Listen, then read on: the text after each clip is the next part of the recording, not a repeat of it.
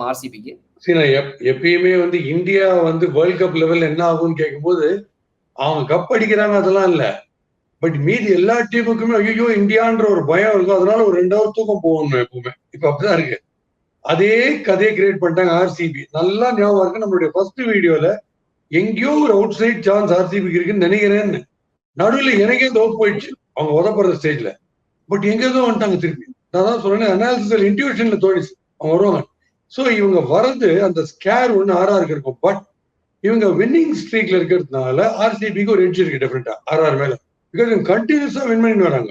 நீ எவ்வளவு பெரிய டீமா வேணாரு, நீ சாம்பியன் ஆறு, நீ கப் ஹோல்டர், நான் அடிக்கிறன்ற லெவல் ஆர்சிபி வராங்க. ஸோ வின்னிங் ஸ்ட்ரீக்ல ஒரு டீம் இருக்கு, எல்லா ஜெயின்ஸ் எல்லாம் போட்டு அடிச்சுன்னு வருது ஆர்சிபி ஒரு பக்கம்.